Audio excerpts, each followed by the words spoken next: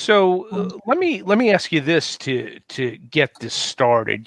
As far as the integrated combatives with the gun, again, we've had some good guests on before with this, and that's why I thought you'd be a great guest really going down this rabbit hole. It still seems to be a niche thing as far as training goes, but I think in the past 5 or 10 years, it has significantly expanded, John, has it not? With the work of like ShivWorks Collective and some other groups out there. Sure. Yeah. I mean, I think it's going to kind of become the new thing that people are going to get into. Now we've got, I think, about almost 30 years of UFC going on. Right. We've got jiu-jitsu schools everywhere. Now the best martial arts players in both MMA and Brazilian jiu-jitsu are all American. And all those guys are living in southern states in free America. And all these guys that have been coming up in the unit. I mean, the Modern Army Combatives program it's based around a mixed bag of different skills. So that's been going on since 95. So you have over 30 years of basically a tipping point, right? I think that's where we're at. I think right now we're at a tipping point where now the market is ready, where the public is educated enough to be able to dissect what they're seeing when they see these fights going on.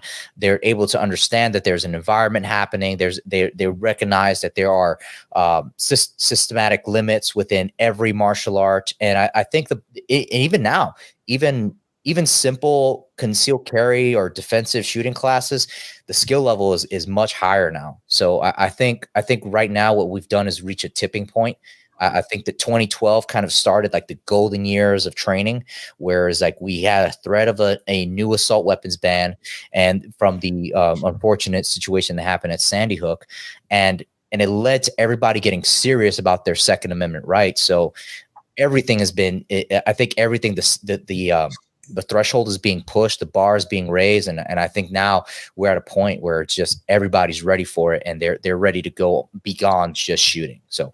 If right. That. Mm-hmm. Mm-hmm. And what you said about like the history of the UFC, what's so interesting about it is even people who don't actively train, if you look at street fights that happen just by people watching it, that is now how they fight. Like how many times you see in a street fight, caught on, security camera or something, guys doing, shooting in for takedowns and all that. Like it has and people who don't train, people who are not doing BJJ or anything. It's just the public in general. That's one of the things that in a number of classes that I've done that are combatives focused, all the talk always about it goes to the ground, it goes to the ground. And not every fight goes to the ground, but if you look at the propensity of what people even want to do, that it's almost in people's DNA anymore. Even if they don't train, that's what they see. That's what they know from UFC. They're going to try to take you to the ground. Yeah. Yeah. I mean, what happened is people are realizing that the ground is an omnipresent impact weapon. So if I grab your legs and dump you on your head, that's right. It's going to be significant for me, right? Right. I think everybody is recognizing that, and also people can recognize. So I'm originally from New York, right? I was a delinquent, born and raised in the South Bronx. So it was kind of, guys, just if you're offended, just understand. I grew up in New York in the 90s. It was a different time. So anyway, if you were like grappling and stuff like that, it was like, man, that guy's a homo. Like, it's just like, it was like super gay if you did that stuff, right? It was like, I don't want to wrestle roll around with guys. Yeah. So it just like, it was kind of a measure of masculinity if you were kind of grappling, right? It just made like it. So it just, culturally, we weren't ready for it. It just like, we would just say the manly thing to do was to stand and bang. That's what you did. All right. You went and you threw hands. Right. So for that reason, people, one of the terms we have in combatives, we call it the universal fight plan, which is essentially most people's fight plan. It's the same fight plan that my 4-year-old son, like that's what his fight plan is. If he gets to a fight in the schoolyard, he's gonna punch this kid until that kid can no longer fight back effectively, right? Mm-hmm. It's and it's like most people when they get into a bar fight, what's their plan? They're gonna punch this guy, pummel them with their fists until they can no longer fight back effectively. So what happened was people recognized, all right, this is the way I fight. So I'm going to go and learn how to do this. So they start taking up something like boxing. So that's why you got a lot of like inner city kids. They end up flooding boxing gyms because that's the way they prove their manhood, by standing and banging. So it's the same. It's exactly the same plan as far as it's pummel with their fists until they can no longer fight back effectively. The only thing is that they're better at executing that technically, right? So what we're recognizing there is that they are developing, that is one tactic for winning a fight, is pummeling this person with their fists until they can no longer fight back effectively. Mm-hmm. Now enter the UFC.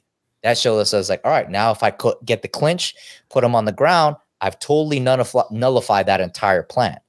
Right? So jiu-jitsu, people think it's about making the smaller, weaker person win their fight and defense. It's not exactly that. Jiu-jitsu came into popularity because of its ability to win challenge matches. Because if you're a guy, if your opponent, he has this plan, I'm going to punch this guy's lights out, and you do this and put him down on the ground, that's it. Then it's over, right? And then it's a matter of time before they do something silly, they turn over. And then the Helio Gracie strategy was let the guy tire himself out, right? What they call it, cooking the guy, and then let him make a mistake until where he gets into some kind of joint lock and then or a chokehold, right? So that's what we saw, right? Is like now people are recognizing that there are different plans to the fight.